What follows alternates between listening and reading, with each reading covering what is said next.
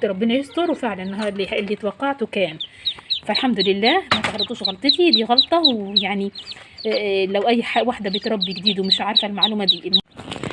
بسم الله الرحمن الرحيم، والصلاة والسلام على رسول الله. السلام عليكم ورحمة الله وبركاته. تحياتي لكم جميعا. معاكم قناة أسرار المطبخ الصعيدي. أنا دول طالعين من بدري، يعني طالعين لهم أكتر من أسبوع، بس أنا ما صورتش طبعا إزاي استقبلهم، لأن كله دلوقتي عارف، دلوقتي كله عارف يستقبلهم ازاي. ميه، سكر، عسل اسود، براحتك يعني. المهم فانا يعني دي غلطتي دي. انا كنت المعلومه دي عارفاها من زمان، بس للاسف انا يعني تغاضيت عنها، قلت لا مش مشكله، الجو برد وكده. فدي الغلط هنا بسببي انا. بس شوف البطه هناك. فانت لو انا صراحه صدمت من النتيجه، وبما اني كنت متوقعاها يعني. المهم فدلوقتي لو قابلت لك المشكله دي ما تعمليهاش، او لو تعرضت لكده ما تعمليهاش.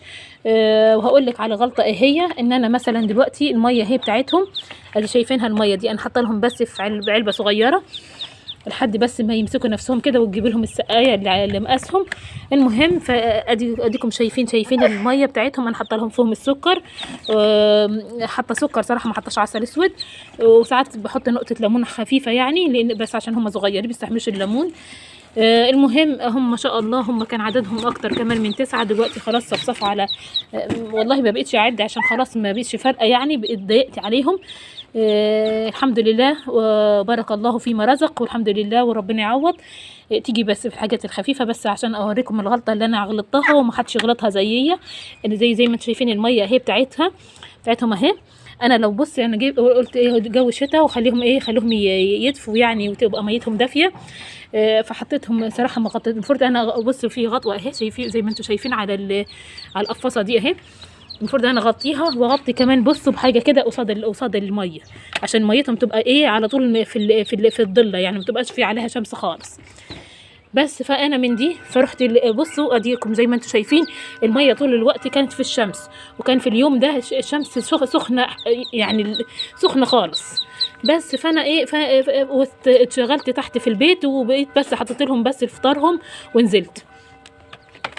ميتهم سخنت، شربوا منها، مع انه كانوا كلهم ما شاء الله. انا مسكتهم بالعافيه وانا بحبسهم بالليل، كانوا يعني مسكتهم بالعافيه هم بيجروا فاهمين.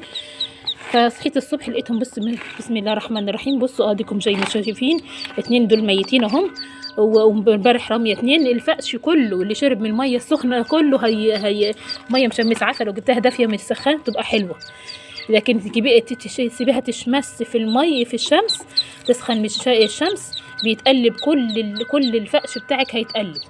خلاص ادي واحده اهي، خلاص يعني بين خلاص ان هي مش هتنفع تاني.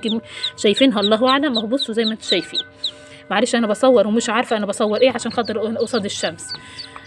ما شاء الله. بصوا الصغيرين دول اللي هم اصغر من اخواتهم، دول صغيرين خالص جايين امبارح، فيهم دي جايه امبارح. انا هحافظ على الجداد، لان هي بطتين بيطلعوا يعني، بطه طلعت قبل من واحده، فحافظ على الجداد ان شاء الله، مش هخليها تشمس. انا حطهم في الشمس بس مضلل عليهم، وهفضل اضلل على الصغيرين دول عشان خاطر ما تدفش مني تاني من الشمس او تسخن من الشمس. قدر الله ما شاء فعل. يلا انا حبيت انصحكم في غلطه وعارفاها، والله كنت عارفاها، بس قلت لا الجو برد وخليهم مش هتوصل للدرجه دي. لا الميه سخنت ولقيتها سخنه والله. لما جيت يعني ابص عليهم لقيتها سخنه، وقلت ربنا يستر، وفعلا اللي توقعته كان. فالحمد لله ما تغلطوش غلطتي دي غلطه. ويعني لو اي واحده بتربي جديد ومش عارفه المعلومه دي، الميه ما تسيبش ميه الطيور ايا كانت، تسيبش في الشمس. اما لا انت حاطه كده تقفيصه زي اللي انتوا شايفينها دي، خلاص في الشمس كله، خليهم هم يرعوا في الشمس زي ما هم حابين، بس ميتهم تبقى في ظلتها. دي معلومه والله عارفاها من الكبار، بس ده غباء مني. قلت الاستهتار مني، مش غباء كمان، استهتر، لان انا عارفه مش معرفاش. لو غباء كنت هسأل، لكن انا عارفه ده استهتار مني.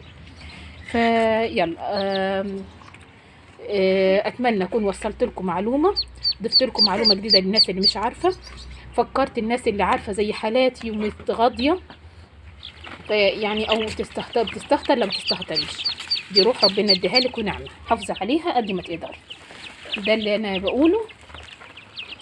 يلا سلام عليكم ورحمه الله وبركاته، وتحياتي لكم جميعا. ان شاء الله باذن الله هنزل، شجعوني باللايكات علشان خاطر ينزل لكم مني كل جديد، علشان خاطر ايه ابقى متشجعه، يعني انزل فيديوهات ليكم كده ما يبقاش يعني يأسانه كده من القناه.